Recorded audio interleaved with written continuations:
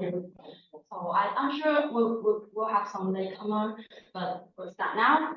Good afternoon, everyone, and welcome to Asia workshop. Before we pass the stage to our speaker today, I'd like to express my appreciation to you guys on behalf of WTIA, the organizer of the Asian Smart Awards, and I'm Paula, the MC today.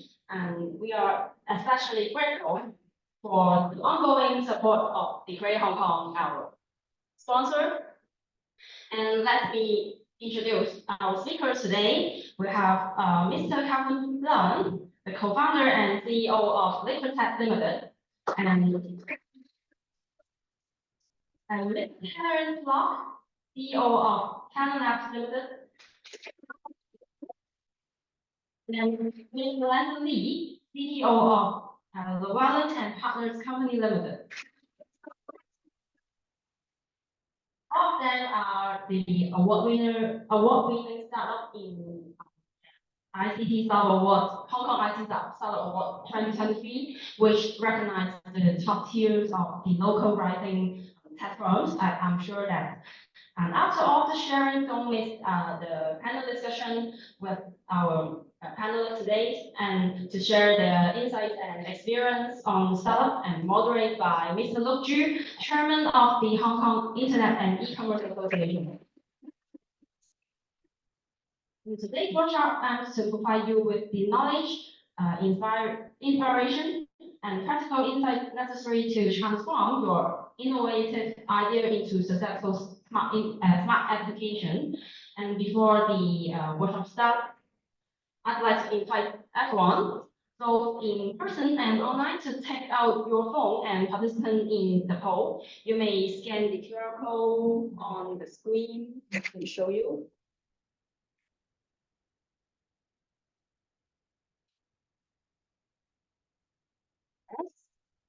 Have you ever considered starting your own business or venture? You may tell me your answer. And while you are sending out your answer, let's invite our guests to have a good photo section and see if Llewellyn and Terrance, Landson and Luke, you may come. I come together? Yeah, together.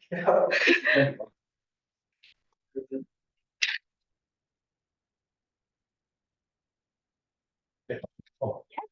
Yeah. Sorry. Keep standing. 1, 2, 3. 1, 2, 3. 1, 2, 3. Okay. Thank you.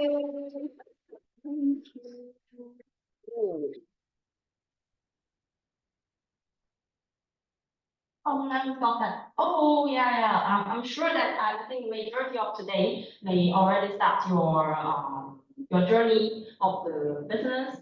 And surely I think today's sharing will inspire and spark your ideas. And is anyone still sending our answer?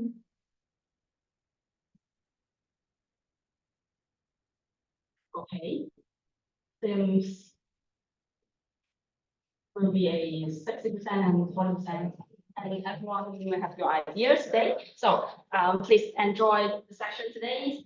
And now I will pass the time to our speaker of the first session. May I invite Kevin? Sure. You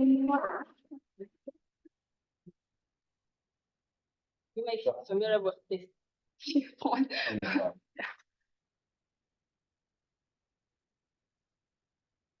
This one. Hello, thank you. This is Kevin. Nice to meet you all. Actually, when about 2 months before this sharing. First of all, I'm thinking about the topic. Actually, I didn't have any content in mind. So I found some book and with some, even I get some invite or advice from ChatGPT how to make it be more attractive or be funny. So the first element is kind of a number or some value that the audience will think that there's something I can take away, some interesting. So big takeaways from my startup experience. So why the number is 8, not 7, not 9, not 10? Just because I think 7 is too less. like it's too much. So I take that 8. But indeed, it is really number of 8. I'm not really sure because at the last night I do this page. To be honest, it is tailor-made for this sharing. I did until the midnight for something, and rarely get my bed last midnight. So I hope that you enjoy it. And I always think that who is the most learn from a sharing is the speaker. So it is the opportunity for myself to review my experience, to consolidate, and to try to present it in a easy and try to be funny and easy to adapt to the audience. So first, I would like to introduce who am I. Actually, I'm Kevin. I was a banker, and I started my business in 2007 with Smart first as a supermarket for company. So we help the public to get quotation from different kind of supplier to get the best pricing for them. But we find that company in Hong Kong do not like to get saving. They would like to earn more rather than get saving. So we changed the business model because we have so many transaction data. We changed the model to be financing. We finance the buyer because we get the data. We finance the buyer, and then we found a problem because the cost of funding in Hong Kong is really hard. It is really hard for us to get the funding. So we try to work with the bank.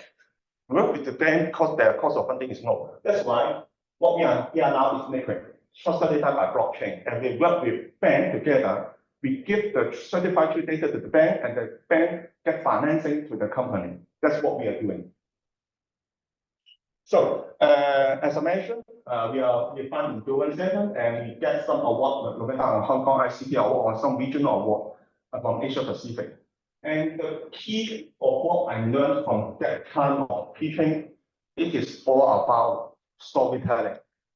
Each pitching is a story, and how to amaze the audience, then you will get the award.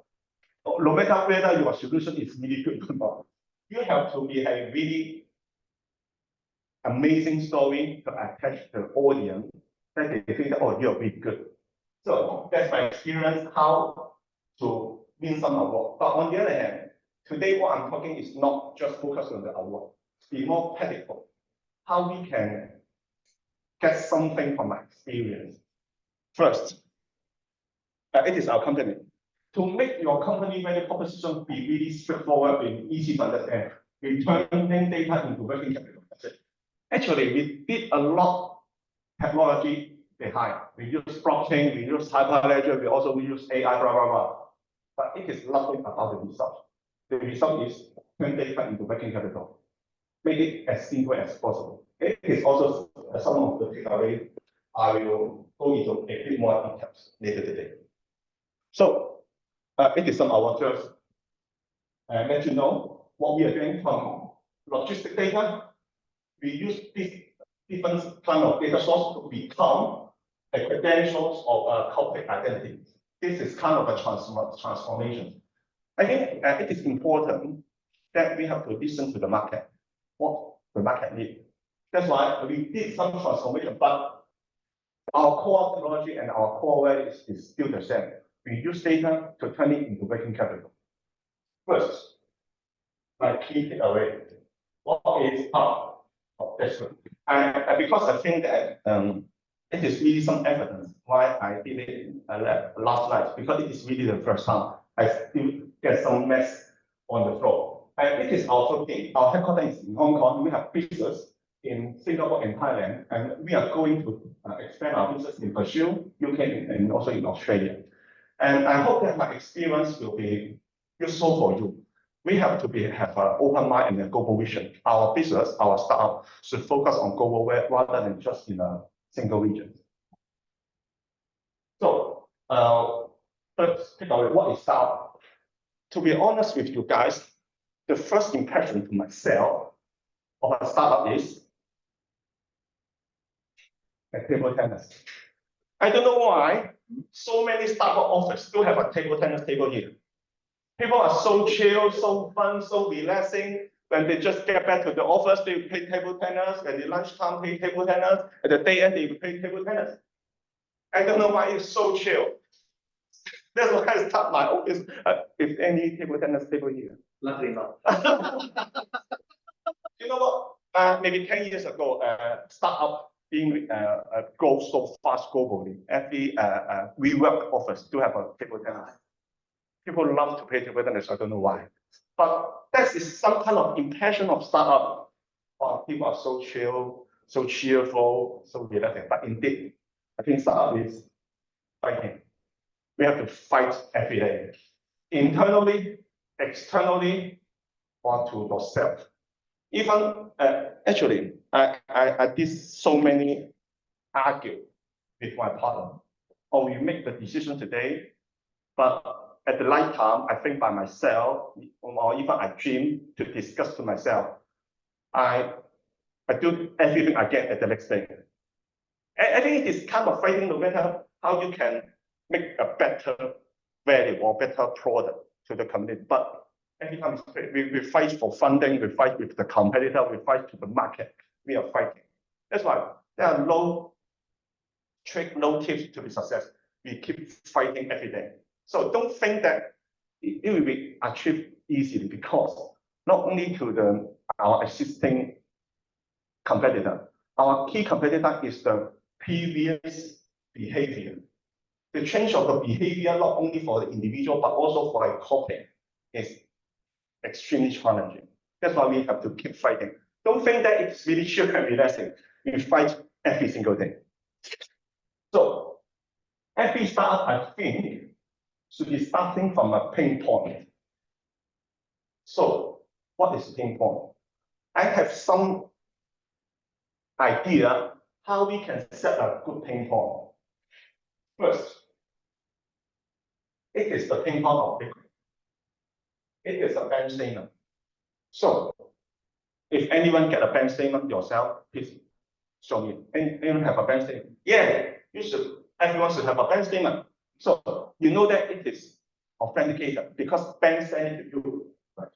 But when you use this bank statement to prove that your income as an income proof, address proof, or even transaction proof to another one, how the another one can validate this bank statement is authenticated? Can they call the bank to verify? No, because they are not the owner.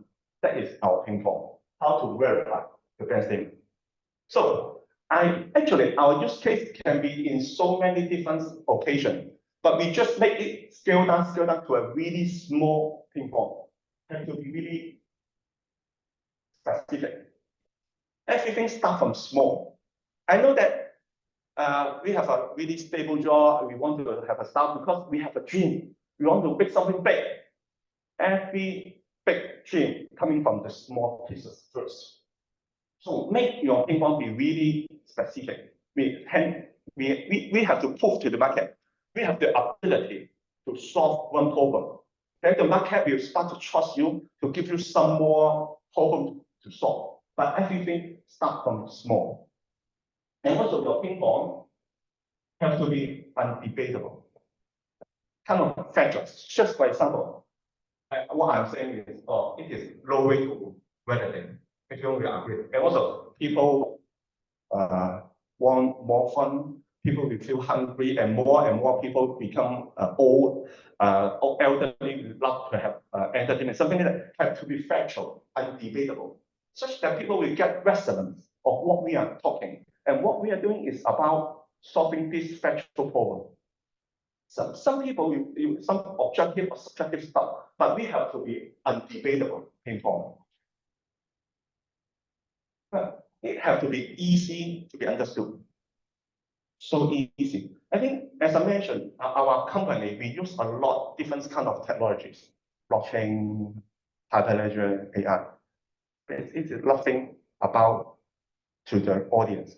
We have to be easy to be understood, and everyone can realize how good would it be. And also, it is some of my key takeaway recently. It has to be emotional, because consumer not buying a product. Actually, they are buying a feeling of complete admission. Every product is helping the customer to achieve or complete their mission. After complete their mission, they will feel happy, they will feel good, and that is emotion. If they cannot achieve the mission, they will feel sad, they may feel angry, that is emotion. So everything, we have to link up with emotion because humans are emotional. Don't make it too systematic or too wood, I think. Just make emotional close to human because every of our customers, they are human beings. Okay, that is about the ping pong. So after the ping pong, we will think about value. We have so many value propositions. It can be complicated, but the key value, I have value that fit to all your product. The value is make it better. It has to be right. Just make it better. So when we talk about better, there are different kind of better. We can have further elaboration, but it is still easy to understand. So there are three kind of better. So faster. We make it faster. We make it easier. Also make it cheaper. That's it. Every single new product in the market should fulfill this requirement. Faster, easier, or cheaper. But the key is how we can make it efficient. Because when it comes to faster and easier, it will go to more expensive. It will cheaper and faster, it will be difficult to use. But our key is to demonstrate we are in the middle, we are at the center. We make it faster, easier, and cheaper. So all of your value proposition should be going into this kind of area. How we can make it easier. People will so easy to understand. Oh, it makes faster. Just like liquid. With our certified true data, the loan approval date required from 30 days to 1 day. Okay. Oh, we make it easier because previously we need a tons of our document, we need financial report, we need invoicing, but now we just need one click to share the data to the bank, then you can get the funding. And it is cheaper because the whole flow is automated. The cost of the bank will lower, then they can offer you a better pricing. That's why we are cheaper. That's the way it is so fast, so easy to elaborate what we are doing. That's why faster, easier, and cheaper should be a reference to all the staff to make a better product to the market. So after the value proposition, I have a quick question to all of you. Startup, we always think about innovative. We have to be so innovative, innovation. And we do have the team to execution. And third, adoption, how the market can adopt it. So if you rank, who is the most important? So what do you think? Innovation, execution, or adoption? Who take innovation? Okay, one, good, two. Who take execution? Okay. Adoption? Oh, adoption is the most good. For my own experience, 20 years before, innovation comes first. Because people, we didn't have not much so innovative idea. We need some new idea. We only need the idea. If you have an excellent idea, you can raise a lot of money. But 10 years ago, there's too many good ideas. How you make your idea become real? Then execution. Then nowadays, we got a lot of good idea and we make it real. But how we can connect to the existing world? That is adoption. For my case, I'm a fintech. I have to match with the standard of the bank. So adoption is the most important to me. How we can adopt the existing flow with our technology to help them to be better. But all we know that we do have a really sophisticated or a saturated financing market. We have to fulfill the criteria from the regulator. So adoption is the most challenging for us. Just like how we can change the behavior of every single individual. Adoption for me is the most important. And what is the best adoption? And if anyone using YouTube? Okay, thank you. It's close to my age. Anyone using Facebook? Okay, it is some little past. Yeah. And the reason why I raised it, can you recall how you adopt YouTube?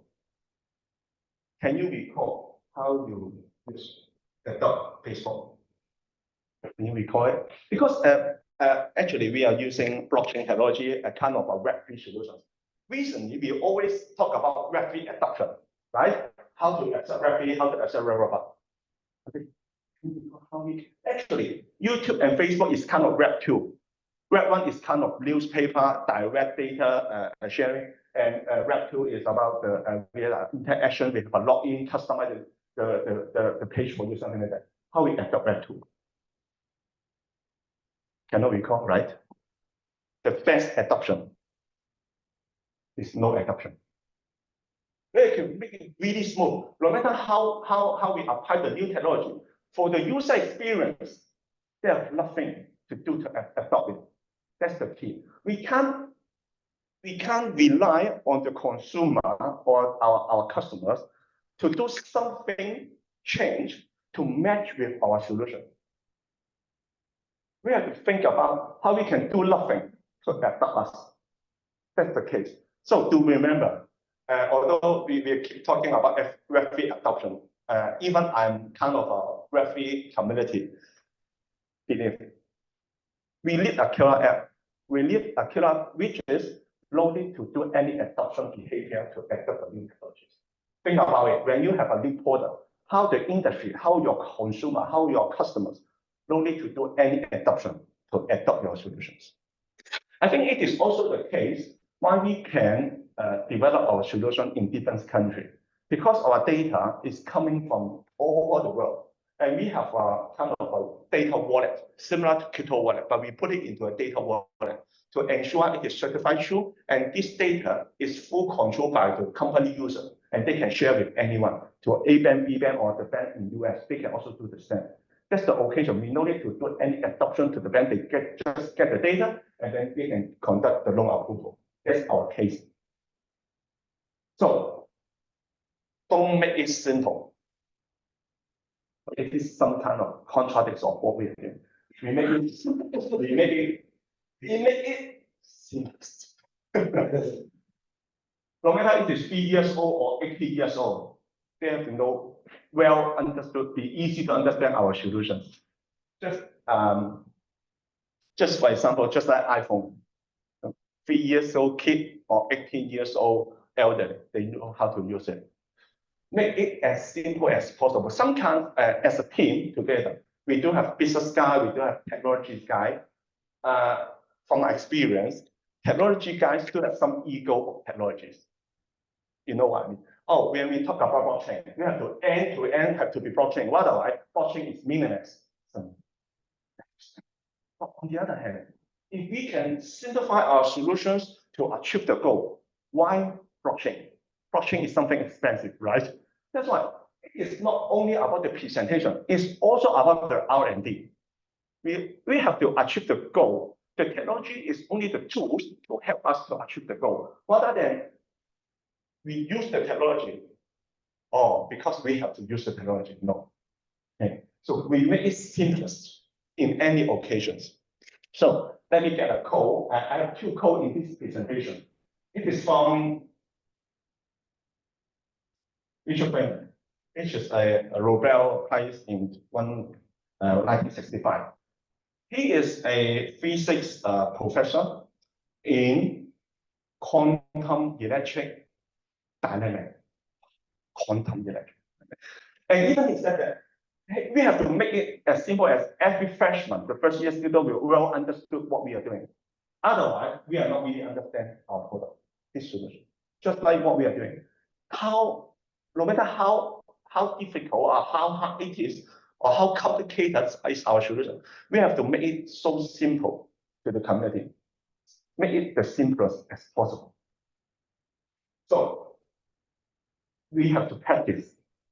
And just like in our occasions, we have about 10-something audience here.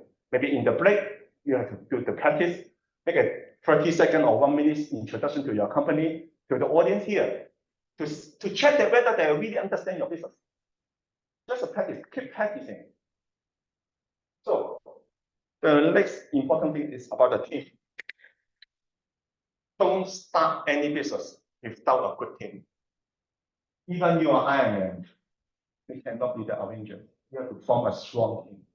So it is something. My mother is woman, right?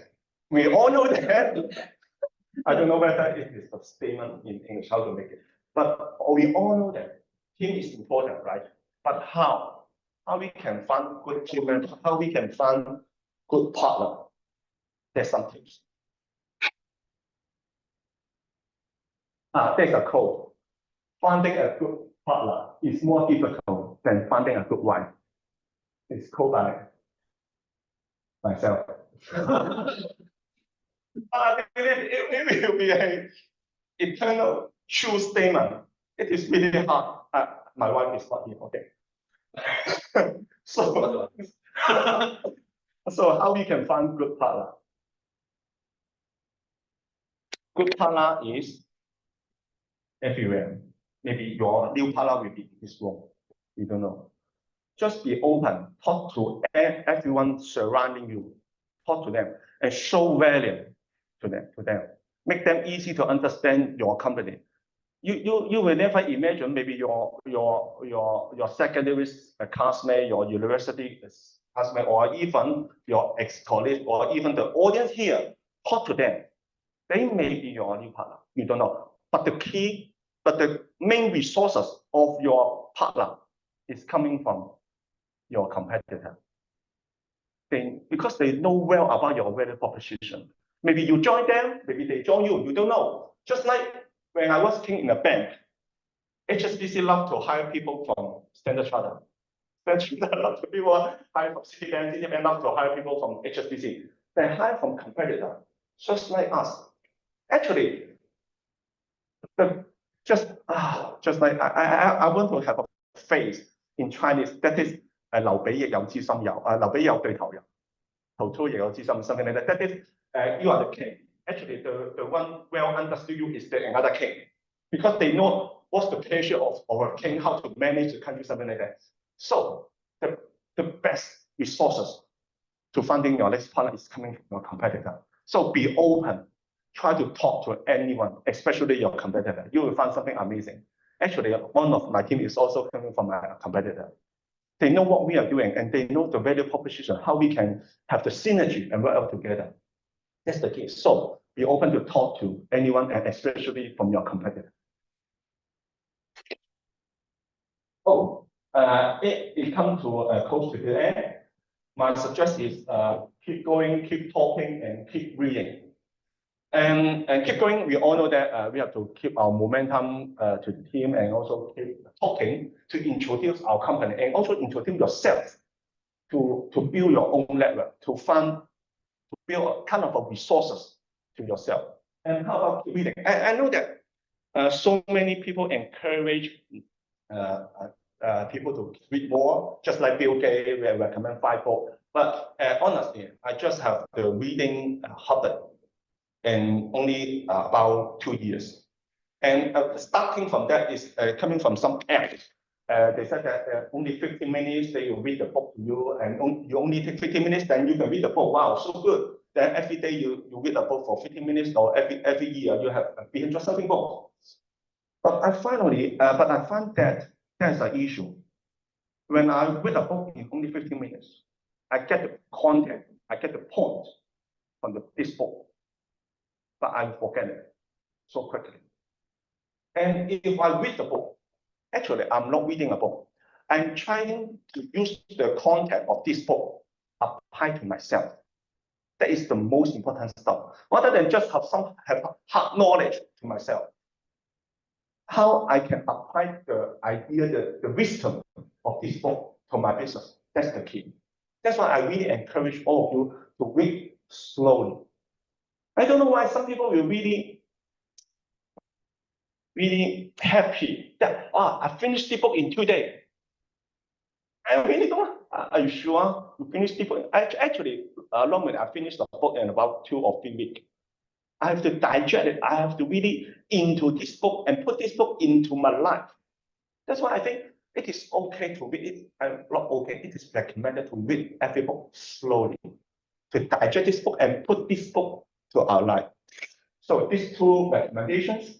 When I joined the UK FinTech Week in early this month, I finished those two books during this trip at the right time. And no matter is the Diary of CEO and the 5 Reasons, I think it is really useful for myself, not only to my business and also for my family. And one of the key messages, one of the recommendation or points from the Diary of CEO is never disagree. Never disagree. Whenever you have some argument with your partner, and especially with my wife, don't argue, okay? Rather than disagree, we try to understand. Okay, oh, you have this point of view. Why? Tell me more. Why you think about understand? After you understand, you may find you have some common ground. We can base on this common ground and go for the common goal. I think it is really important to my business and also to my family. That's why it is how we can apply the content to my life. I hope that you can also start and have some experience of how good is reading. So, close again, I have some bonus point to you. Use of humanity. My first manager from one of the biggest developers in Hong Kong, he said that humans all are greedy, all are lazy. If you can catch these 2 points, you will be extremely rich. Just like if you experience how the developers sell their property in a mall, you have to queue up, wow, so noisy. That is kind of greedy. Oh, if I don't buy it, I'll miss something. Lazy. Actually, lazy is you may know it is kind of smart. We can do less and get more. And greedy is we pay less to get more. So pay less to get more is higher return and more efficient for lazy. So it is the so let's show humanity. We're asking for better, asking for more efficient and more returns. That's why it is the fundamental thing we can use the humanity and help our business. So that's the end. And every sharing, I would like to have some key message or actions to the audience. Otherwise, it's meaningless. You may forget everything. Just remember one thing. My email, my phone number. Feel free to reach me or drop me an email, send me a WhatsApp to try to practice to share your company to me. First time is free, okay? I may be your partner, I don't know. You may be my mentor in some area, maybe for exercise, for I don't know. Just keep people positive, form a community, and make something good together. It is the key takeaway. Don't visit my office. I'm not here office. I work from home normally. Email me or WhatsApp me. We can chat. We can have a chit chat and maybe form a bonding together to make something better and better. That's it. Thank you. Thank you very much. Thank you very much, Michael. I hope you guys take the 7 takeaways with you home. Actually, anyone can how many takeaway I did. No one care, right? No one care. So that's why I think just have the key message at the last and I try to make something fun. I am a really lazy student. And when I come to some classroom, I will go to sleep, fall into sleep. But I'm always thinking, it is not my responsibility. Just like I go to a concert with Mira. Okay, if I go to the concert of Mira, you know Mira, you know that's good. And I fall into sleep. It is the responsibility of the audience or the performer. It is the responsibility of the performer. Then why I'm sleeping? It is the responsibility of the teacher, not me. That's why I try to make something fun and easy to understand. I love my wife, okay? It is hard to find her. She's so good. She's so good. But on the other hand, just it is the message I would like to. No one care about how many takeaway. just remember something, what the key message you would like to deliver, no matter if it's investor, your customer, or a potential partner. Okay, thank you. Thank you very much. The first takeaway, contact me. And second, hire your competitor is more important than find the right person. Although Calvin's wife is really good. Okay. So next, we will have our Terrance from TalentLabs, and I will pass the stage to you.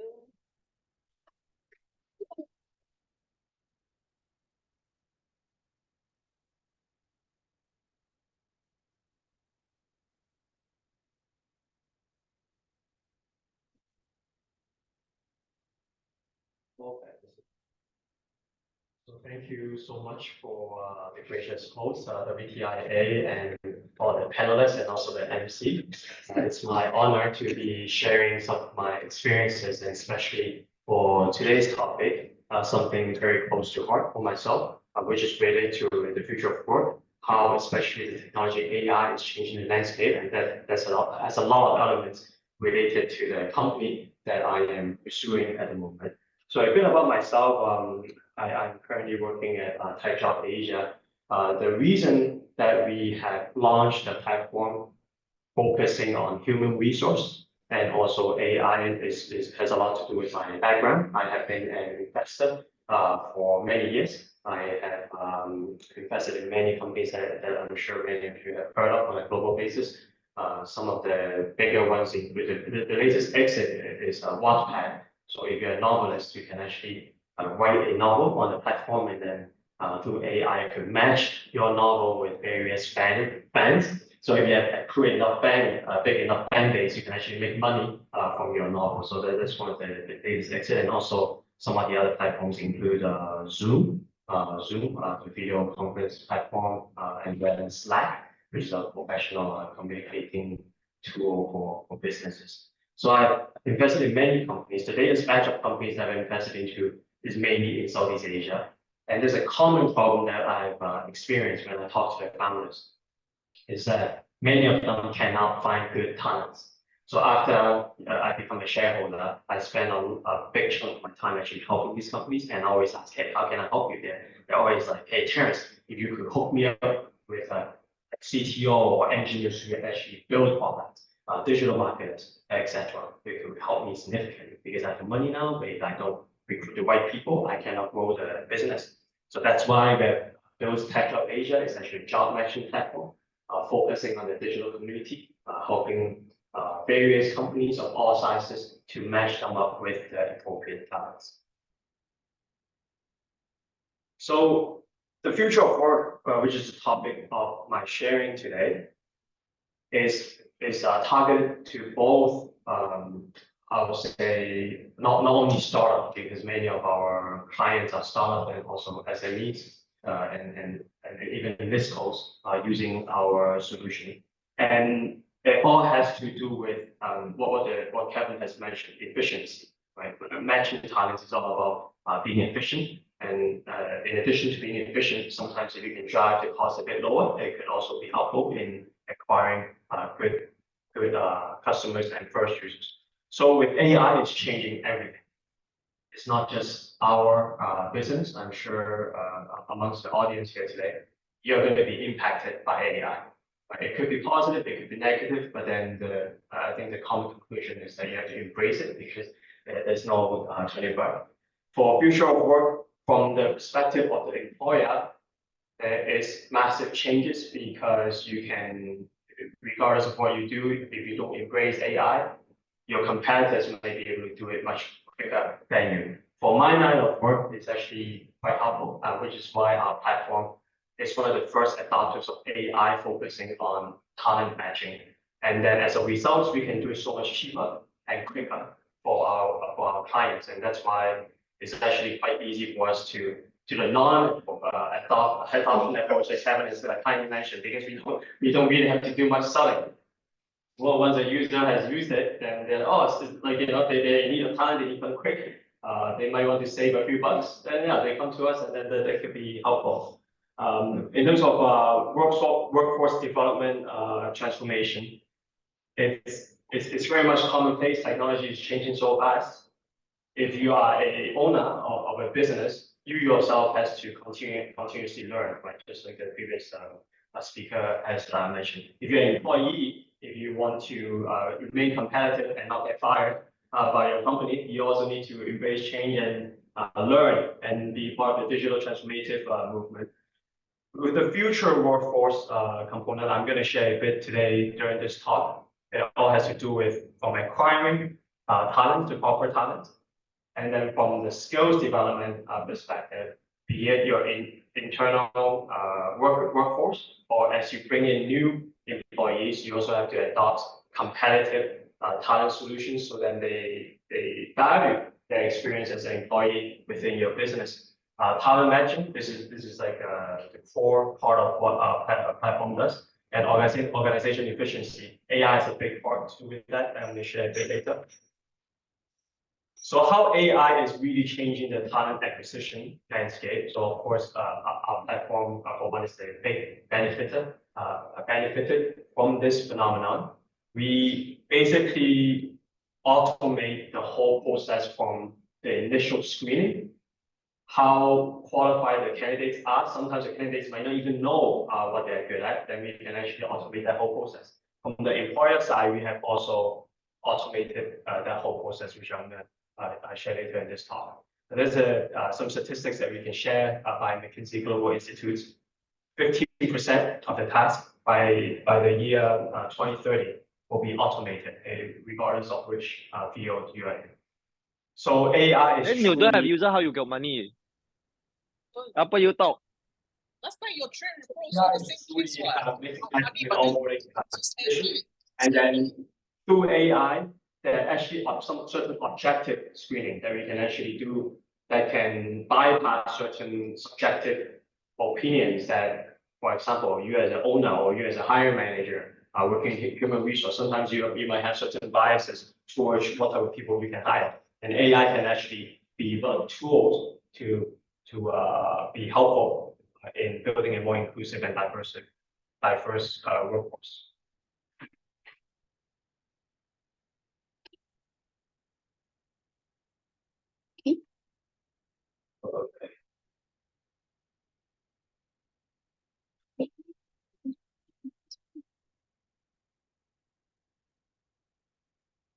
Okay, yeah. So how AI is solving the talent mismatch problem? Smart matching, I have already shared a bit on that. KPI, it's all about if you are the human resource professional, which is like one of the big counterparties that we deal with. It's all about how quickly from you create a job post to actually getting interviews, how many interviews you can acquire, and then the conversion rate from the number of interviews to placement.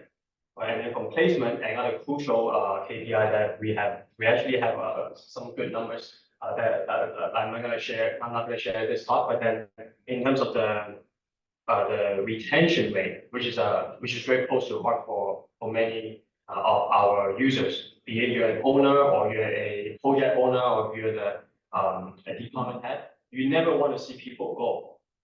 And especially local here, we have talked to many of the companies, that is the biggest headache. We spend the effort in training the people, going through the whole talent matching exercise.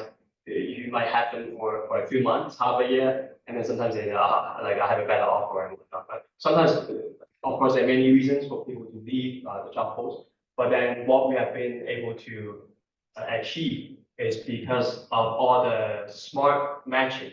It's almost like dating also, right? Some people, of course, they enjoy dating, have a big number towards it. But ultimately, if you want to be having different dates, know like what all the different type of people you like, then eventually it leads to marriage, right? And you want it to last. So we actually have been able to make that last from a professional setting which is a very key KPI for our stakeholders.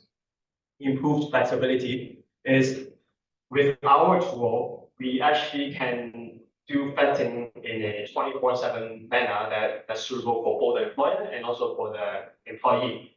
Before, there might be certain time windows that, let's say, the employee, when they fill up surveys or uploading their CV or fill up all the blanks, like there might be a time window that's restricted. But with our platform, by means of 24/7, we are continuously matching people through our database. So it's no longer restricted to a particular recruitment cycle. Let's say for fresh grad, usually it's like right during summer when they graduate. It's no longer the case with our platform because it's always continuously updating. We are always helping the employers match to the right individuals, even for those who might not be actively looking for a job, which is very powerful thing that we have benefited from AI. Boosting organizational efficiency. I think this is very easy to understand. It's not just my business. I'm sure it's applicable to all your businesses, whatever you do. The boring stuff, the repetitive, tedious stuff, most people don't like to do it. Right? Now we can just offload that to the machines. Right? For my line of business, there's a lot of mundane paperwork that was very traditional before. I'm sure many of you in the audience, if you have ever applied for a job, there are certain websites that you have to go through. You upload your CV, but you end up having to fill in all the blanks that the CV actually has all the information already. Sometimes we ask why do you even have to bother filling in the name if you can just upload your CV? They should have all the stuff, right? So all those stuff that you can basically bypass with our platform, the tedious stuff should be done by the machine. Right? If you have uploaded the CV, all the information should be there already. Right? Any of the missing parts, of course, you can do upload in a customized manner. Data-driven insights, as I've briefly alluded to before, our platform can actually accurately match the employer with the talents in a more objective manner. And then we can also even objectively tell the candidate whether they might be suitable for a particular job or they're not. We actually upgrade through our algorithm, tell them, hey, maybe at this point in time, you might not have the right skill sets. So maybe just save everyone's time, right? Save your time, save the employer's time. And then at the same time, we can post other jobs, right? So in the analogy of matching, so if you're using a dating app, if a particular like if you're looking for a girlfriend, right? If this particular girl doesn't work, maybe another girl could be suitable for your profile, right? And then we will just do the matching. So it doesn't have to work at that particular point in time, but we will actively propose, say, hey, maybe you should be matched with another candidate. Just some more stats. PwC predicted that AI will drive significant change where we are, right locally in China, with the biggest boost to GDP by about 26%, and also North America, close to 15%. Right? Numbers are staggering, 10.7 trillion dollar impacted just by AI alone in terms of organizational efficiency. So empowering the future leaders is one of the some of the last points I want to share. We are all leaders in our own right. It doesn't matter if you are a CEO, a C-suite, or if you are just a fresh grad. Because I always believe that everyone is driving your own business in a way. If you picture yourself as a business, right? If you picture yourself, if you're younger, you're more like a startup. Right? As you're more mature, you might become an SME. As you grow older, right? If you have done things right, then you should be a more sizable and respectable company, right? But again, of course, it's not always correlated. Some people get on a different growth path, and sometimes people just stop learning and developing, right? So it's all about just discovering what you like as soon as possible. Focus on your strengths, right? And then just hopefully you can become a good leader at different junctures of your company. AI is a big tool. So on our platform, how we have been able to help people develop is that through our screening, we do not just tell, let's say Landson, right? Let's say I know you're not looking for work, right? Let's say if you go to our system and then you apply to a particular job, even if you're not fitted to that particular job, we never just say, oh, just come back later, right? We actually always tell you. Of course, the first thing is that, oh, maybe you apply for A is not suitable, but then there's B and C.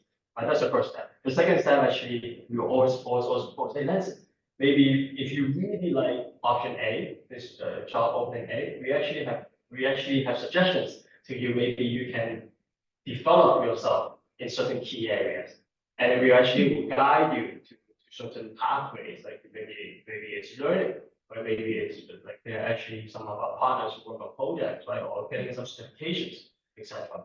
So there's so many options that we can do because of AI. Because before, a lot of us rely on mentors, right? But you have to be really lucky sometimes if before the world of AI. How do you meet the right mentor? You might be really lucky. Maybe you're just very charming. A lot of people like you. Then you can get a good CV, right? Then you can get a good CV. Then of course you get lucky. You can have a faster path to becoming a top-notch leader, fulfilling your potential. But now with AI, it's really opening up the doors. You no longer have to just rely on luck or rely on your network of your parents and whatnot. Now, if you work hard, dedicate your time, you can actually really become the leader that you can and fulfill your potential. When it comes to companies of all sizes, right? A study that was done by Harvard Business Review, poor decision making has contributed to a big cost, right? Up to firms of 3% of profit, which is a staggering number if you look at the really sizable companies, especially the list cost. When you're a leader, you always experience various situations, which is very stressful. So with AI, again, not only in the realms of HR, in all different sectors, AI can really be a helpful tool, especially in stressful situations. You can basically have a really good assistant telling you to do a fact check, saying, hey, is this decision, objectively, is it good or bad, right? It's applicable to everything, and just like Kevin creating his deck with ChatGPT, right? It's always giving you suggestions.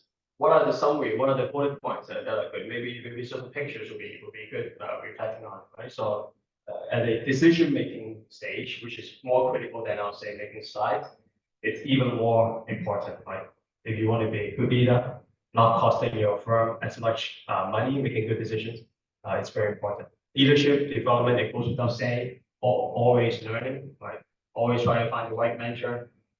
You're never, even if you're really seasoned and an expert in what you do, like at least for me, I always try to learn from different people. It doesn't matter like my audience, whatever his age, right? Because now I don't know, I might not be well versed with the latest pop stars, right? When it comes to things more creative, how to pitch to the younger audience, I don't know. So I always try to talk, meet as many people, and develop myself also, and to be able to become a better leader. So this is my last slide.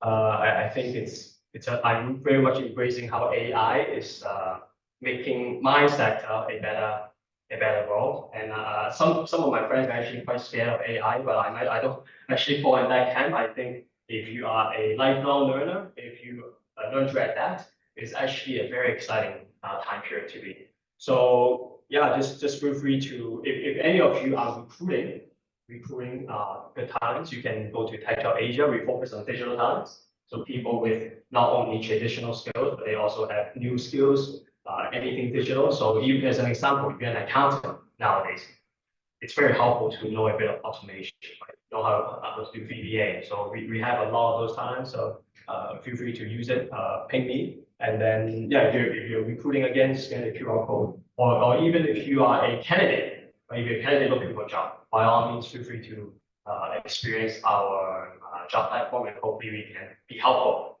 to your career growth journey. Thank you. So, I think the key takeaway: contact him, contact them. Okay.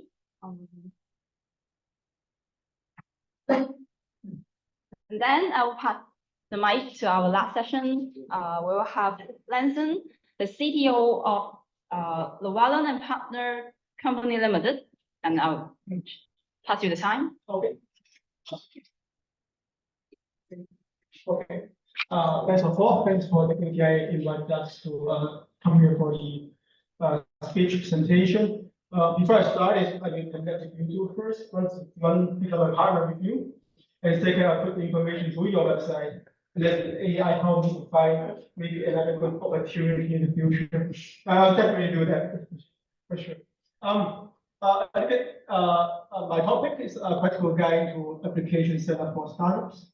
A couple of logos up there. I'm coming from a company called LPC, Llewellyn and Partners Corporation. It's an organization in the Hong Kong U. So Hong Kong U is our mother company. So we work a lot together with Hong Kong professors, students, and research labs. A little bit about myself. I'm a CTO at LPC. I'm also running the Meta Beam Lab in Hong Kong U, BIM. Building information modeling is more for construction. Before that, I will mostly spend my time in mainland China, work for the nationwide research topics, and also Mackenzie's KPMG's, and also work for One High Group as the chief engineer there in charge of the information development. And now I'm moving back to a Greater Bay Area to work in Hong Kong, Guangzhou, Shenzhen, help to bring another level of my career. Maybe I need help from your AI to get another level. All right. The topic today, WTIA asked me to present it, like what I'm teaching in university, teaching students. First of all, I'll look at the app market. Let me stay here. The app market here. Looking at, I quote some of the research on the internet here, number of global smartphones used by countries in 2021. Some Chinese here, I got some Chinese rules. China, India, US, because of the population is different. So there's a huge market here in China, in Chinese-speaking region, India, US a lot. And then looking at these top 8 countries, they're far behind because their population issues. And also the development of 5G technology. I believe most of you know that we are in a really big market. And we are all running business. So we're talking about how much they spend on their mobile apps. The trend is looking quite good. They're spending more and more here up to 2021. I don't have the number for 2022 yet, but you can see the trend is going up, but the economy is going down right now. But that is a physical business. Looking at many reports here, people are spending more on their mobile phones rather than go to the physical shops or shopping malls. This is what the changing of our lifestyle. Well, because China, Hong Kong, Macau, whatever, is the biggest market, I'm looking at how many users going on the internet.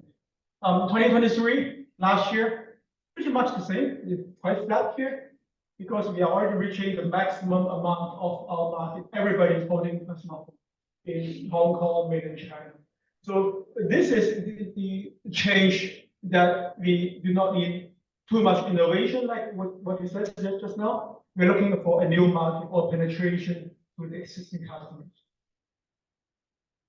Another chart is talking about our customers. Both of our speakers talk about what's your target customers. Looking at the generations here, pretty much equal. So everybody, from young to old, they're all using smartphones. So whatever you are, as long as you can design a good app, a good application, you will have a really huge market size and customer base here to support you. So don't worry about the market. Worry about your products. Think about it, how to get a new product. And look at the cities here. I quoted data from China, from tier 1, 2, 3, 4, 5.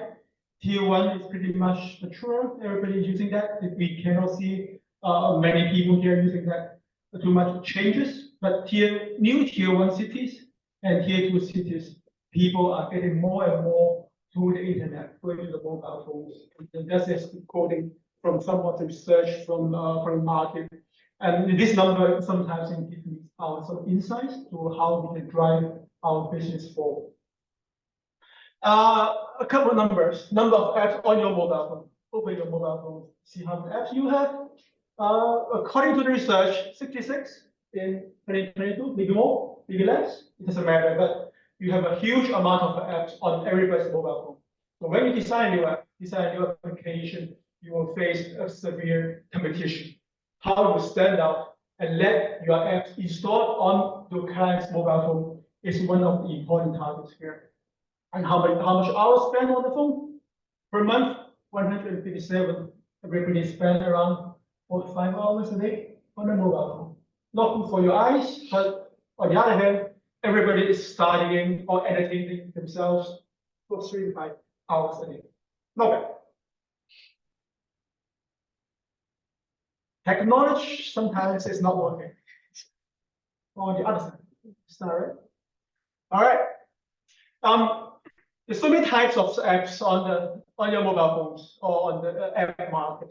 Of course, some Chinese charts here for mainland China here.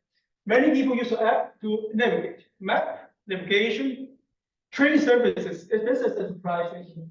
Maybe it's the data from mainland China. People are traveling by high-speed trains, so they are talking about the train services, local services, finding food, finding the interesting spots, banking, car, smart home, reading, payments, trading, second-hand trading, digital trainings, and all are huge market here. You can see a book here on the movie and entertainment on 2023. The reason is that the COVID-19 is gone.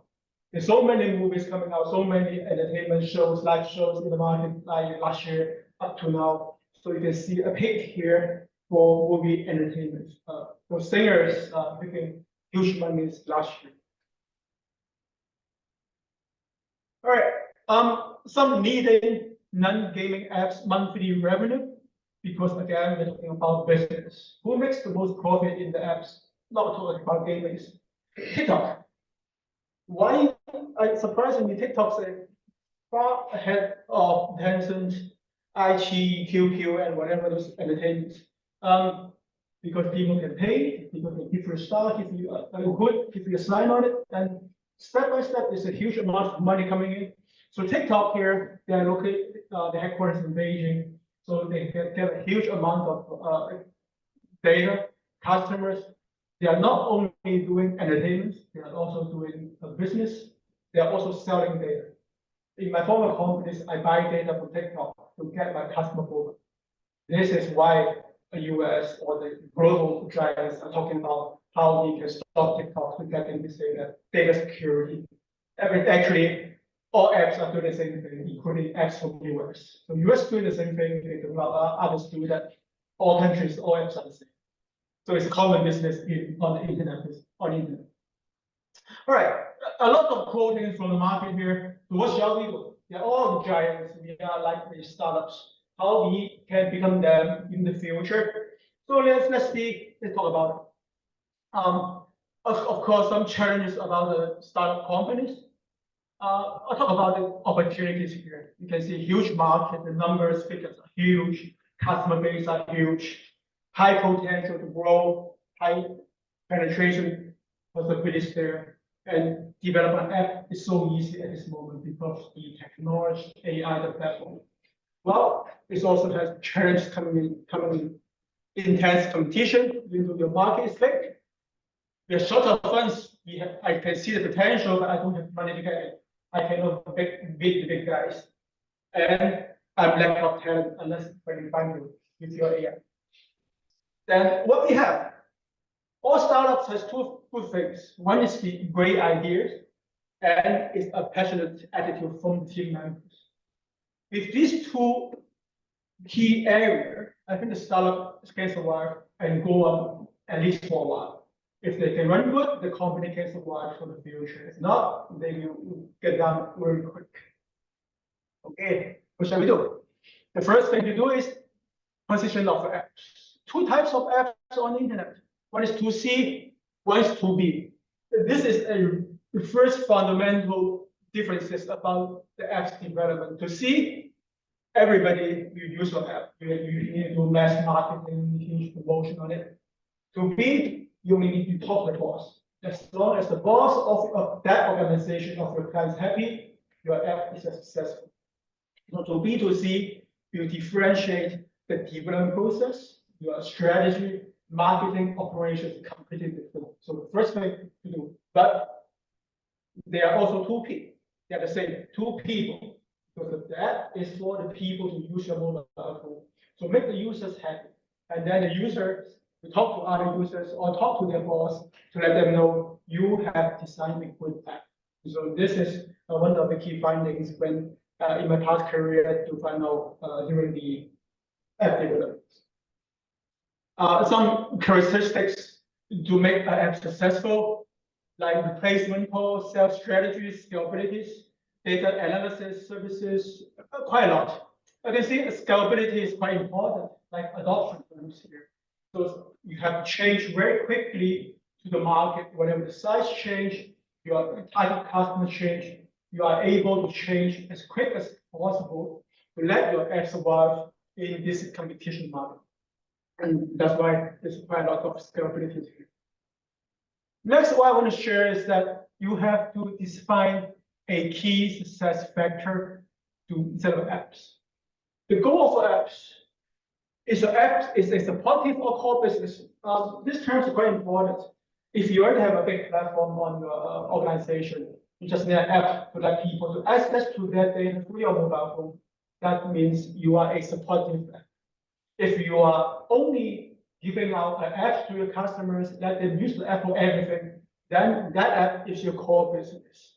It's quite challenging to do it as a core business because that's a business combined technology. Supportive, you will meet lots of challenges of big data integration, security, and other factors. That is more for to B, that is more to C. Business analysis, the typical SWOT analysis and reports. There's so many reports in the market, but I highlighted in yellow. The reason is that not all the reports are relevant. There's so many reports in the market, so many numbers that I quote, but if you go to McKinsey, go to KPMG, the reports are different. So you have to find out which report are good for you, because all reports are generated by purpose, with a purpose, by the designer. Like the government reports, they need to balance many things. The numbers sometimes are not real. Mostly are not real, I would say. It's massaged and it's customized. And you have to have sharp eyes to look at those reports and quote it when it's necessary. And last thing is the key success factors. There's so many terms here: DAU, MAU, RR, PU.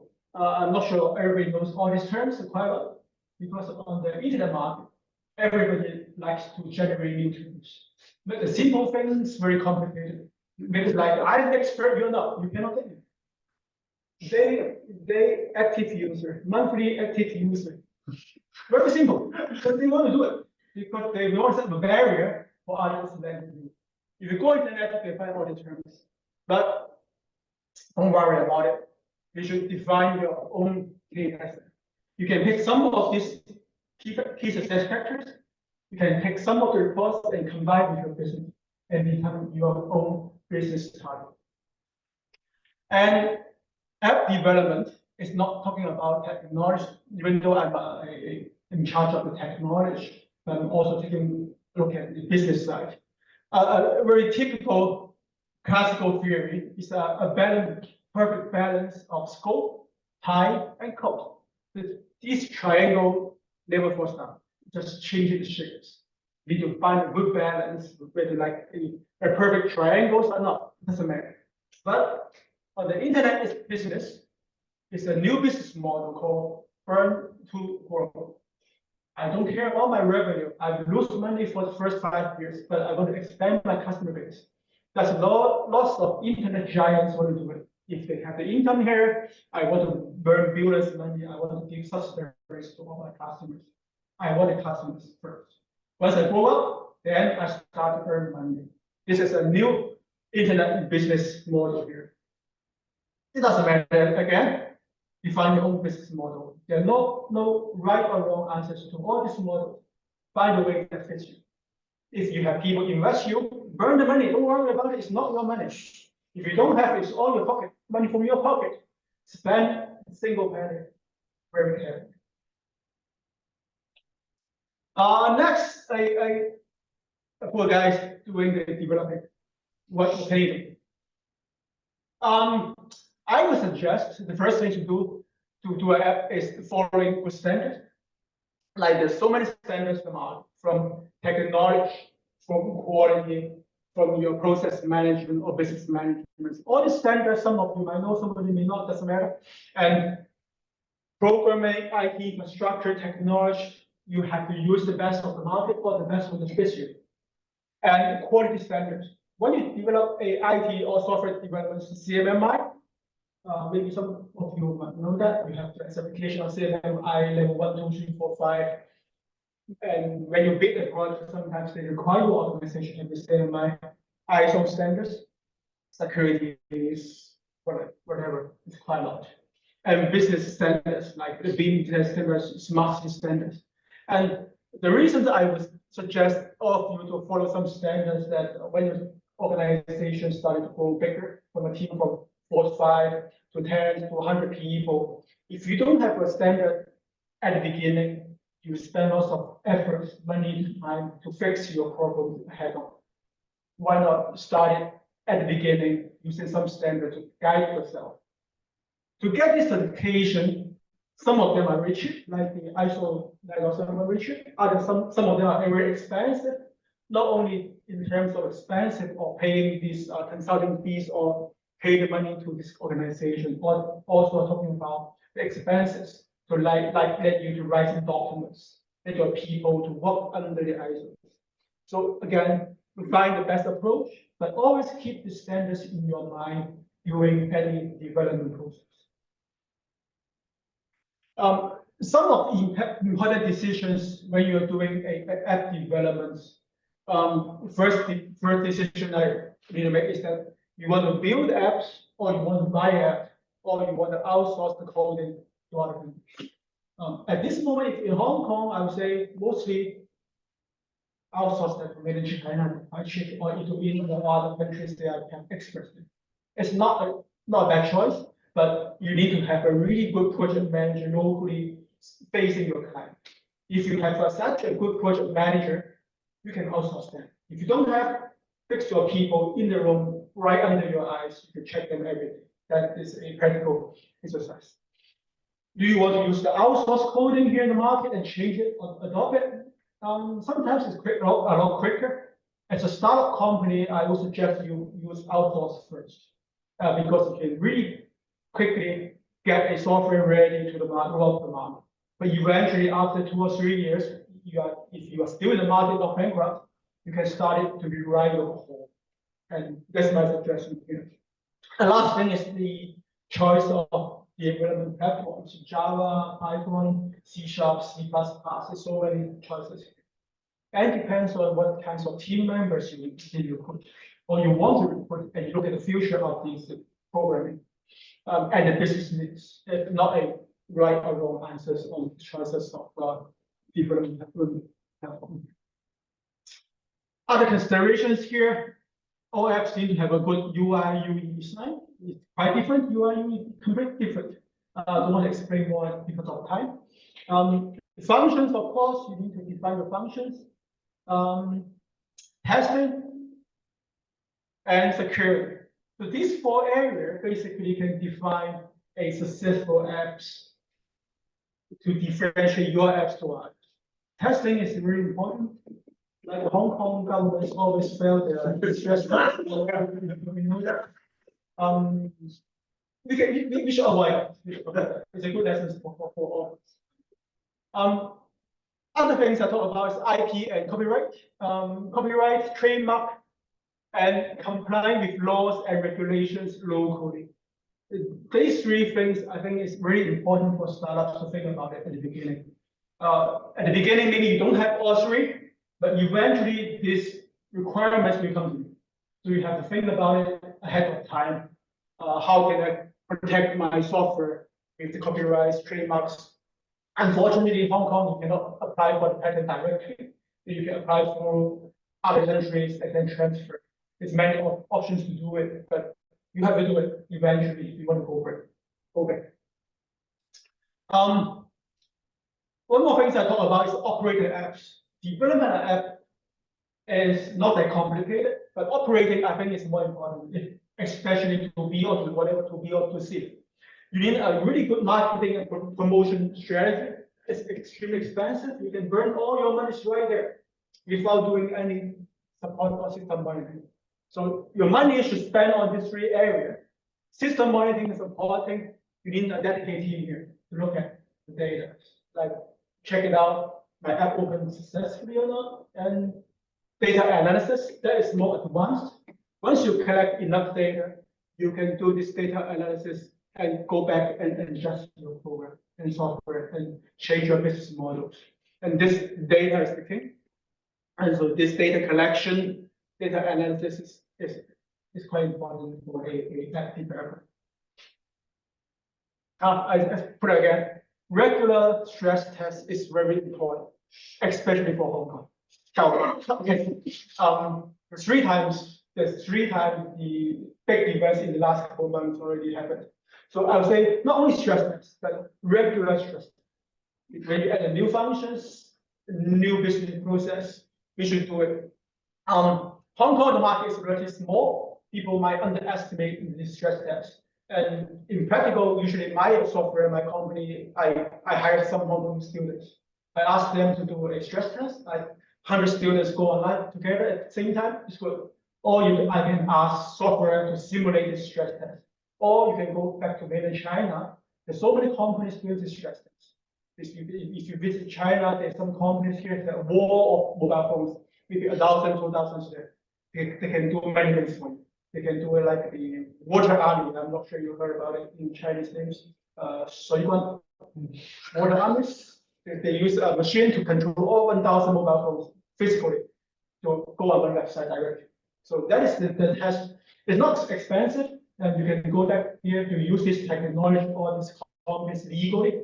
So I think we should take advantage.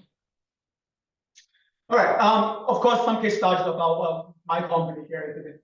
My company here again is a Hong Kong construction information management system, called the Meta building information modeling, founded by one of the professors at Hong Kong U. So we studied lots of, we call it digital twin, CDE, data, blockchain, universe, AI, innovation, many things, all combine all together. The target here is that empowering the carbon neutrality with our super app to driving towards smart cities. We're talking about the buildings, talking about the construction process, the operations of the buildings, the carbon emission, and this is what my company is doing. And people ask me why I did in the past is that for construction before it's called more manual drawings here. Later people using AutoCAD, and then we are using a BIM 3D models with information platform to do it, to let the buildings live physically pops up on the screen, and then you using digital twin technology to manage that. We talk about the strategy, organization structure change, process management, data standards, and platform. It's quite complicated for this really, I would call a low-tech industry. Construction, according to many researchers, construction industry is the least developed IT industry in the market. A little bit better than agriculture. We are the second last. So that's the situation. And we've got lots of apps, softwares, and I don't want to go too much details on it. And the platform, 3D models. So basically, we want the whole building or the whole city or the whole world to become a 3D world with all this information to help to reduce the carbon emission, eventually to set up we call it smart cities. Also, we have lots of certifications, awards here that I skip it a little bit. Lots of our clients here. We also work with Hong Kong top governments, like housing authorities, building departments here, to help them to set up the new construction strategies for market. So because of the background of Hong Kong U, so we are more academic, plus research, and R&D organization in the market. So hopefully, in the future, we can all stay in a building that is designed by our new technology, give you a better feeling, a bit better life for the long run. All right, that's my talk. Thank you very much, Landson, for sharing about your practical insight about the app industry. Next, we'll enter to our panel discussion, and please give a warm welcome to our moderator, Mr. Leung, Chairman of Hong Kong Internet and Ecommerce Association. After this panel, we will also host a Q&A section for us. Welcome. If you can, if you have any questions, you may raise your hand. Right? Yeah. Why just to, okay. And if you have any questions, you may raise your hand. Sure. If you are online, you can drop us a message on the Sure. shadow. So the QR code, and you will have, and if you are a little shy, a bit shy, Since then Kelvin say. you can also send the question to the screen. Like kid for 3 of them. Yeah, the book is not written by me, but in fact I'm a PR of this book. Okay. It's quite meaningful because the professor in Taiwan is double degree for artists and English. But during the COVID, all of us lost travel. Yeah. So he write this book to let comfort ourselves. Thank you. Thank you. Okay. Yeah. Thank you. We may need to share. Sure, yeah. Okay. In fact, WTI informed me to have some challenging questions for you, but during your sharing, I know some answers have already delivered. No worry about it, okay? We get how many 30 minutes more? Okay. Yeah, so start from Llewellyn first. Okay.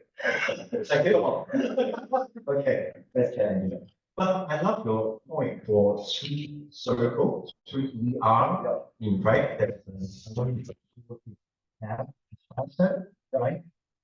Faster, cheaper, and easier. But in fact, for the startup, you're always challenging the OC for the market. Is that really challenging? But during the sharing, you have already mentioned the key point is to the adoption with the current regulation. In fact, I'm expanding already as well. They're very challenging in the market.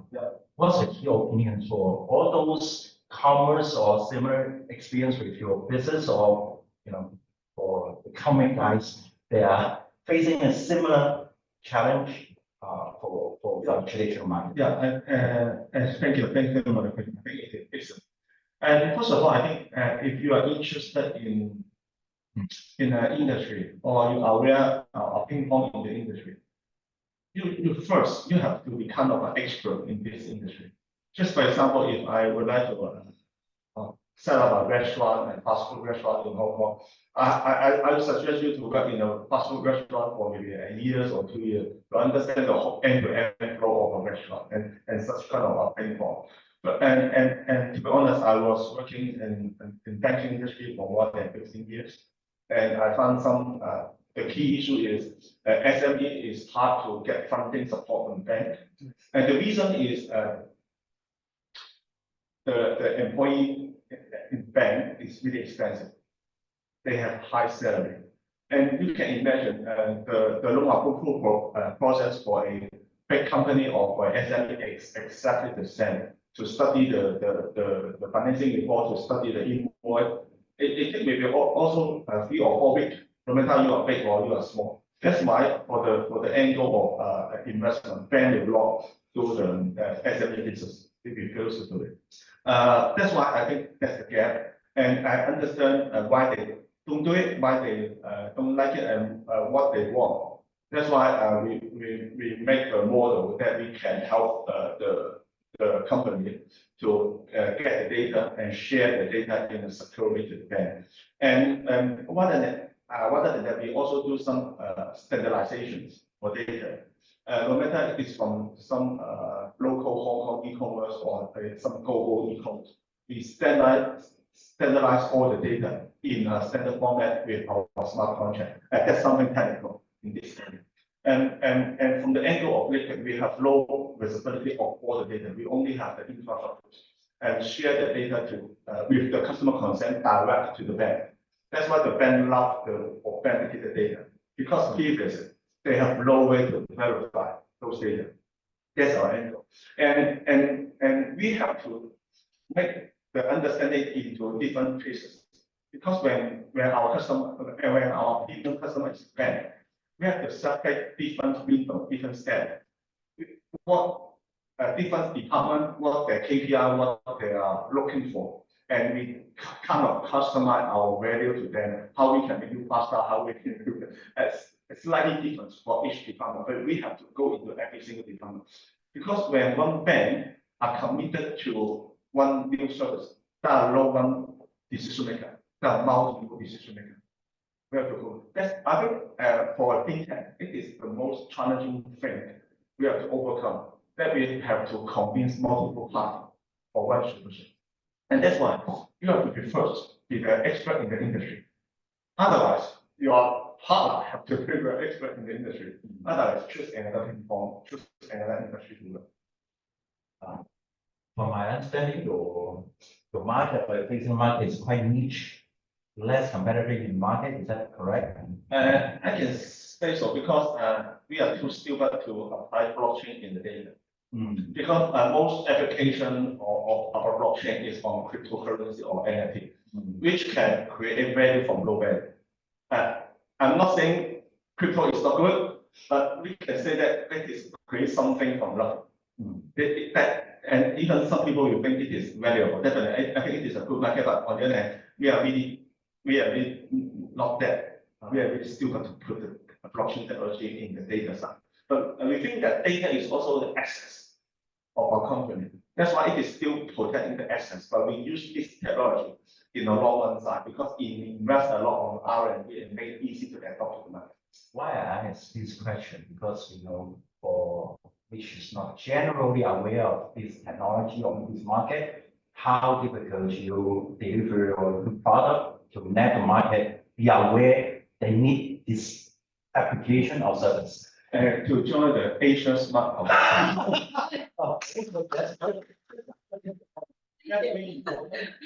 Finish the market knowledge. Already, right? All right. Extension Yes. for offline. First, it is a really good practice for every entrepreneur to present your solution. And second, no matter you win the award or not, you win the experience. And second, if you are fortunate enough to get the buy-in from the panel, you get the award, you get some, I'm saying in this market, you get some networking in the industry, such that you can talk to other guys from different backgrounds. And definitely, if you get connected with your target audience, that will be great, free connection. That's why feel free to join some different kind of work to practice yourself and enlarge your level. Please support the awareness. Yes. Let you have a breakfast. Okay. Terrance, right? Your startup is about quite traditional way business of recruitment of talent acquisition. How should you adopt your AI modeling into such traditional way of business? So I have so I've been an investor, so more focusing on venture capital sector. I was analyzing on a global basis what are some business models that have continuously successfully existed.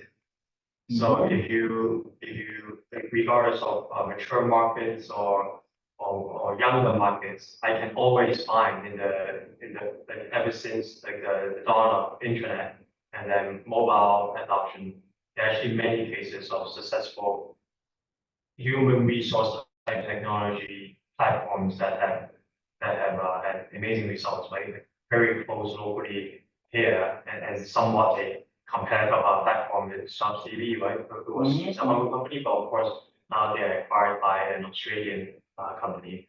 And then in mainland China, for example, you have companies like Xinjiang Boyao or Leung, that have been that were the earlier waves of such platforms. But then out of nowhere, Boss team, right, they came out embracing mobile. So some of the previous platforms that I mentioned, they were more from the traditional sector, just like as I mentioned, it's very traditional sector. But how a business that has only been around for a decade in Boss team ended up owning, I would say, the most of the market share. The latest stats is the Boss team actually has more market share than the next three players combined. If you add Tencent, if you add DFP, and then another player, I forgot the name at this moment. If you add the next few players, they don't even contribute to one boss within a home. And boss is not actually too old of a company.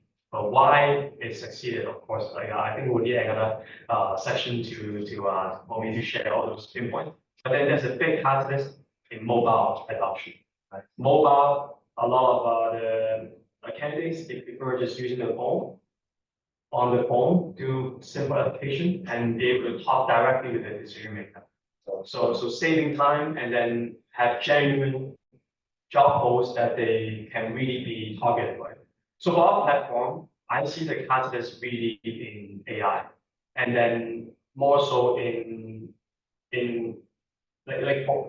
for my personal experience also, I actually have many businesses that are always in need of people, and then my partners who are also, let's say, in other funds, all their portfolio companies are always in need of people, but there are not too many solutions out there, even the big companies out there that are really solving this problem in a good way, because many of them already have monopoly, which is the funny thing about my side, right? But with AI, I truly see that even though we are a younger platform, we are already quite competitive when we talk to some of our clients. We might not be completely replacing some of the existing solutions, but at least they're using a solution alongside complementary.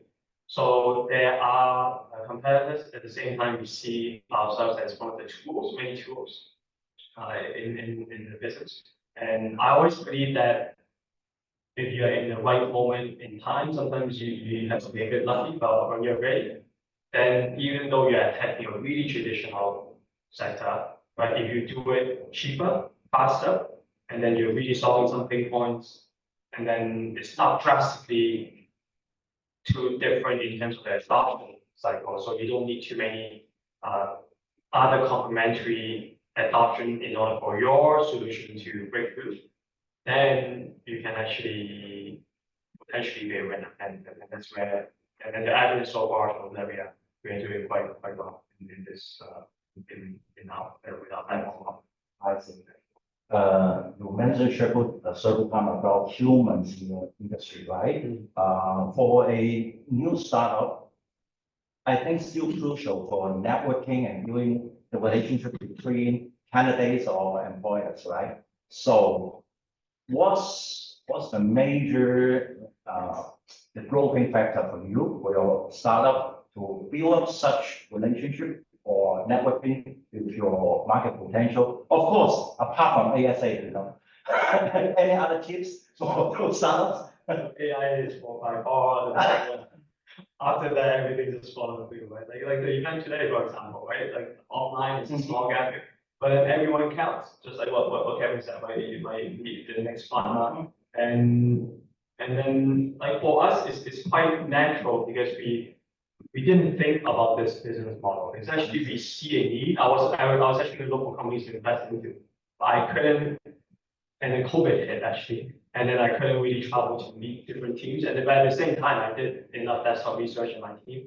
We couldn't find enough good platforms that are solving the pain point in helping startups, SMEs, or large companies acquire good talents in a short and efficient manner. Like there are some solutions, but then it's not painting the whole picture. So then adoption is really easy. I like the slide that you had. The candidates, we have been working with various like actually mainly digital related type companies. But surprisingly lately, in terms of the recruitment side, where some of our clients, they're actually coming from very traditional sector. We're actually serving manufacturing companies, for example, and then they actually want to optimize for the solutions, and there's no way for them to find, for example, someone who can do certain like software customization, right? And they right away we are able to help them find someone who is knowledgeable with operational manufacturing. At the same time, they can do like certain coding capability, right? And then that led to like now starting from one person, they have a team of 10, more than 10 people, right? Traditional plan. So that's and then through word of mouth, one thing leads to another. It's truly amazing that like review really solving certain pain points, which is there's a big shortage of talent, and then a shortage of, I would say, transparent information for both the talent side and also the organizational side to help solve this pain point.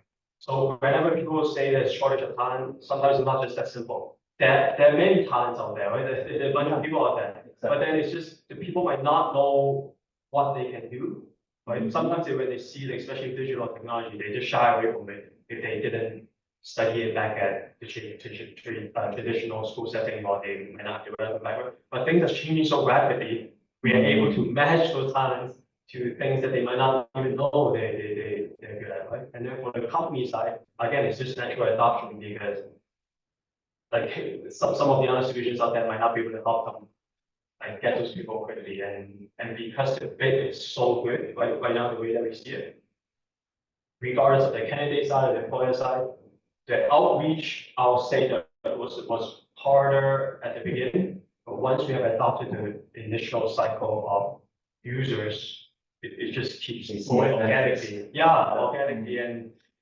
the old saying, right, is that if you are selling a product that is really solving a pain point in a reasonable, with a reasonable pricing, then it's just, yeah, you don't have to do much marketing. I'll say, well, of course, marketing always helps, because there are always things that we can fine tune and even make it more efficient, make it cheaper, make it faster.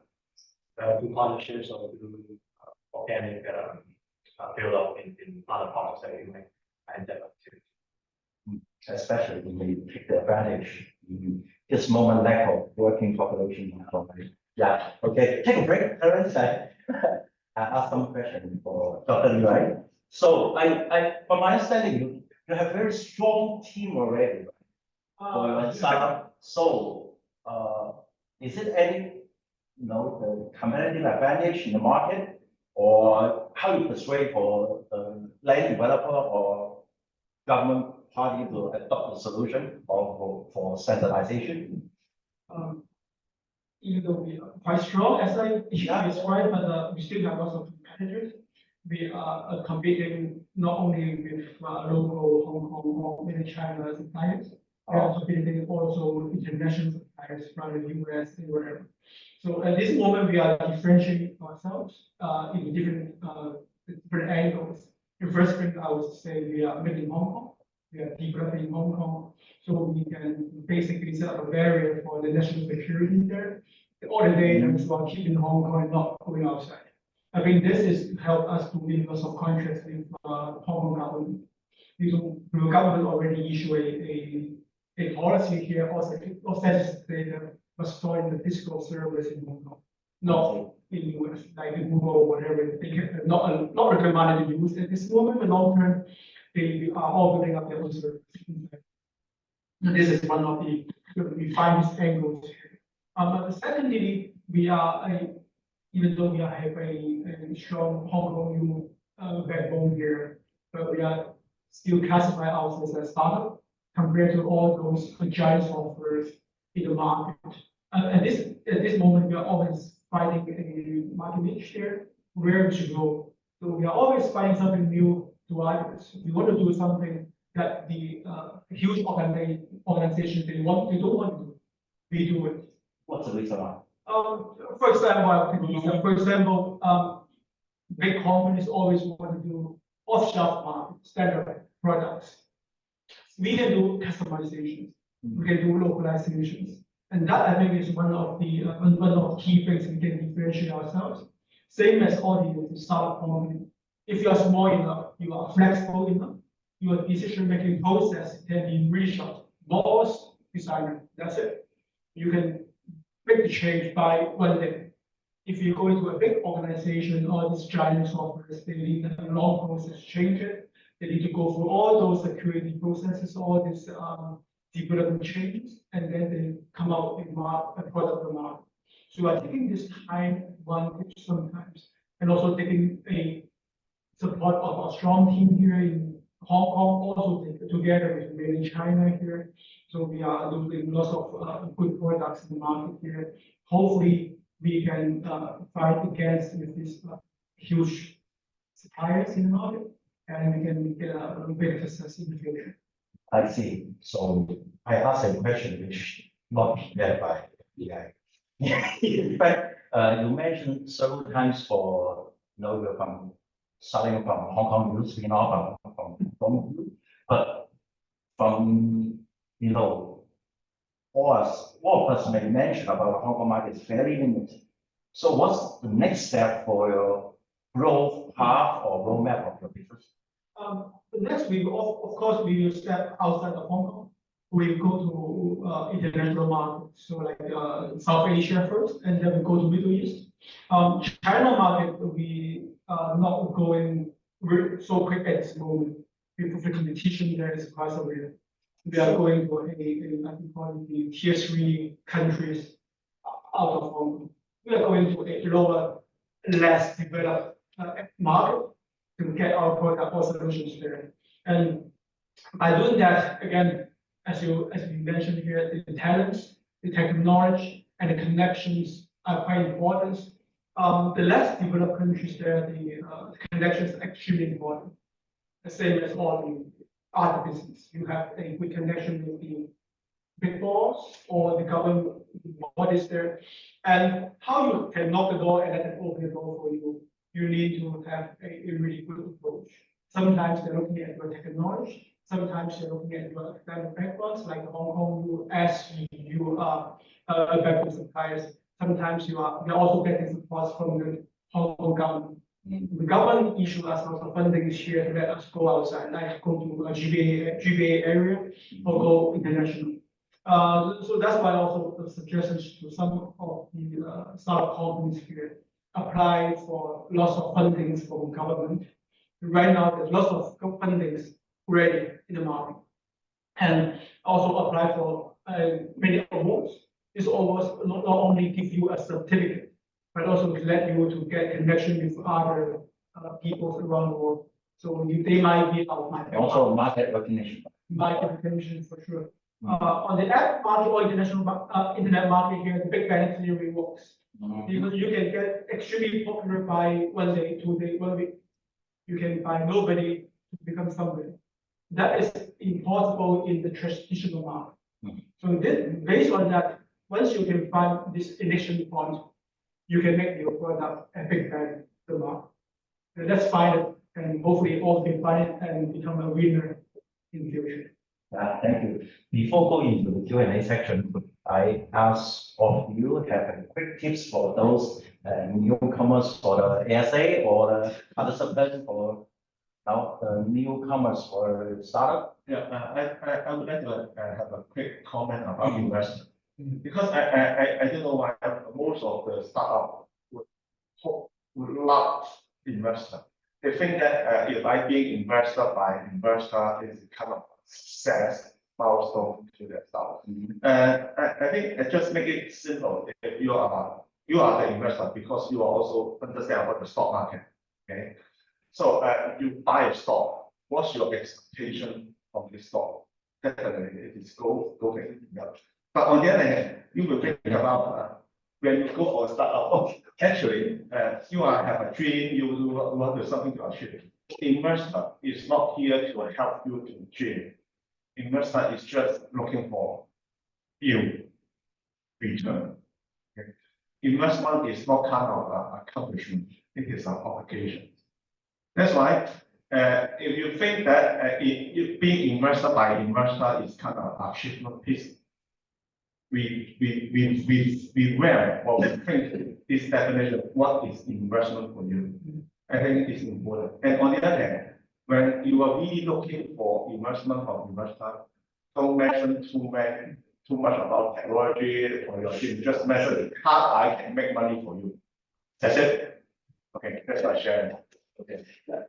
I've had this idea. Is it a good time for startup for entering Hong Kong market right now? This one. For Hong Kong market, I think it is good because it is small but with high population. You can have a trial one in Hong Kong with relatively low cost, and especially in Hong Kong, we do have cyberport in Shanghai. It is really a rare incubation with real funding support.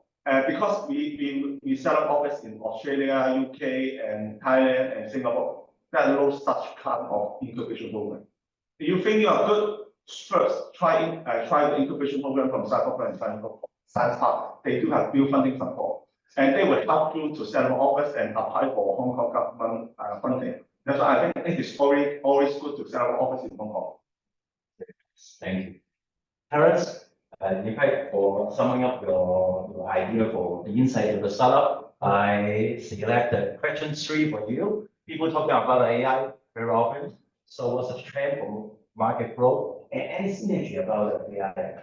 Yeah, I would say I can see the trend for sure that there are many AI companies popping up that even though they might not be real AI would actually close. So if you think if you know the basics of traditional data statistics and AI, if you really look underneath the hood, I do question how many true AI applications there are. I also see that there's a big bubble booming because everyone seems to be that people like buzzwords, right? Like investors, right? Like I actually saw, like the valuation, you see the multiple relative to what they may be making as a company. The moment that you categorize yourself as an AI, then it's so much bigger. Of course, you need to be a true, legit AI company. But then my recommendation would be try to focus on certain niche areas where you might not be competing with the big traditional incumbents that have a lot of data.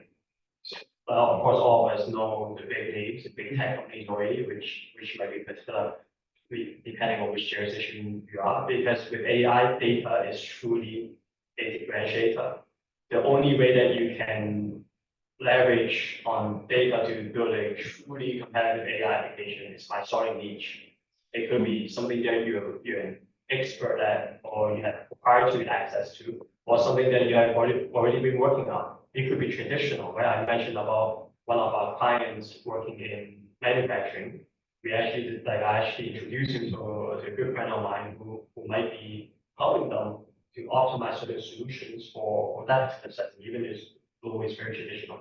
But this particular plant is one of the early movers in actually collecting data with the manufacturing lines, with the machines.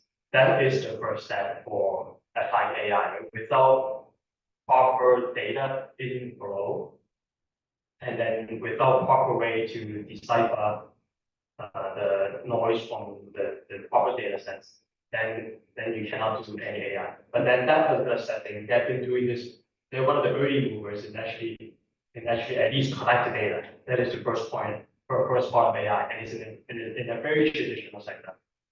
And then by taking that pioneering route, then I can see that for that particular setting, it could actually be very interesting because in many manufacturing plants, most of their competitors are quite hesitant to see what that might be. Those data might be valuable to the whole business, be it cost of optimization, or even showcasing to some of the big names in terms of their customers, which are global clients, right? And it's just very interesting. So my recommendation to Summit is to start something niche, in particular where you have proprietary access to certain data. And niche, sometimes people might think, oh, like is it too small? How come no one is doing it now? But then I have seen so many instances where it might be very niche at first, but then if you manage to be one of the first movers, if you manage to capture at least a big part of that niche area, you might be really comfortable already. And then with that, maybe you don't need investors because you're already breaking even, making good profit. Then you can grow horizontally or vertically, and you are no longer at the mercy of a cash flow problem. So I see that niche is sometimes very much overlooked. And because the big companies already have massive data, especially in the software things, that might be the way to go, especially when it comes to proper AI setup, if you're looking to sort of this structure. Yeah, Thank you. So last one, it is about, I pass last two questions to you. What's the major considering factor for the startups, especially in app development and other regulators? What you thought to ask? The apps in 25 years, any chance? Yeah. For myself, one of my major decisions to make is either I build up a team to do some apps or outsource them. It's always pros and cons there in terms of management, investment, delivery time, and it's a full combination of so many factors. So I think that is really a good, I can call it a MBA case study. You need to do lots of analysis on these two choices. You want to outsource them, you will get a team very quick, but maybe you are that broken. You want to build it, but you might be behind schedule and you need to find a really trusted partners and the teams to work on. So for that case, I decided to outsource them because I believe during the time I do the outsourcing, I can also at the same time doing the in-house inside. And so I do this balance. This is only my case, but I think that is a good combination about business, finance, return, or whatever the calculations here. It's not only talk about technology, it's all about the bosses to make this decision together with their trusted technician. That is my decisions. The other question is talking about the climate apps to do what we need to do in the next 5 years. And from the construction area or the area that is linked with smart cities, I would suggest doing the climate certification market. At this moment, there are lots of, we call it the carbon emission software or numbers the market. You want to buy a bottle of water, you say how much carbon use. You go on airplane, you say how much carbon you get out of it. But those numbers, do you trust it or not? How they calculate it? ISO organization have the issue with international standard, but that's only a formula. If somebody can give out a trusted number and calculation process, those timing generated numbers can become the carbon credit. Those credits can eventually be traded in the market, and this some of the countries already do it. So the trusted on digital data is, I think, is one of the key areas for the climate business. Take example for finance market. Finance market can boom very fast for digitalization because all the numbers are already trusted. So many people order because it's money. But on climate, all those numbers, nobody cares. You said 1 is 1, you said 2, 100,000, nobody cares because they are not linked with money. So I think in the long term, in the next 5 years, if the climate can turn into cash or trading coupons or whatever, I think that is the market we are moving. So that can already increase our sense to preserve the nature and the business, like what Congo government is doing, the garbage fee, for example. Actually, so many countries are already doing it, but slightly in different ways. In Hong Kong, another approach, if they can link it up with the climate change, if they link it up with some credits, some finance factors here, I think this policies in Hong Kong can be more successful. Hopefully, there's an app coming up in the future. We are doing some apps regarding the buildings, by the air pollution, whatever. But I will talk to you more in the future about it. Thank you so much. Keep eyes on it. Okay. Any further insight for the gentlemen? Yeah, that's good. We end up this section. Pass it to follow up. Yeah. Thank you. Thank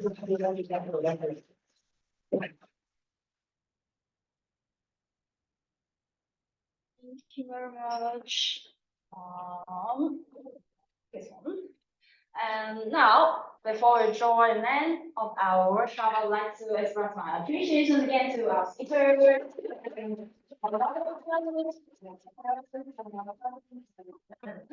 And thank you very much for coming. And finally, I will ask you for your environment in fill out the questionnaire. I will ask Wendy over there, lock the door. Yeah. Okay, and Allow me to promote the Ecommerce award again. We have a extension until May 7th.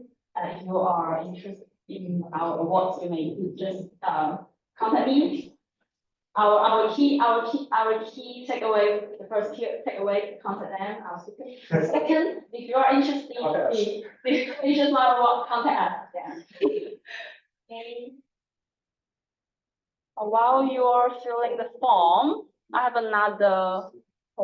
another message for you. We'll have our next workshop on June 7th. The topic will be AI-powered smart apps, and talking about AI can make application more efficient and competitive. If you are interested, you may go to our website for more information. Hope to see you next time again, and thank you very much.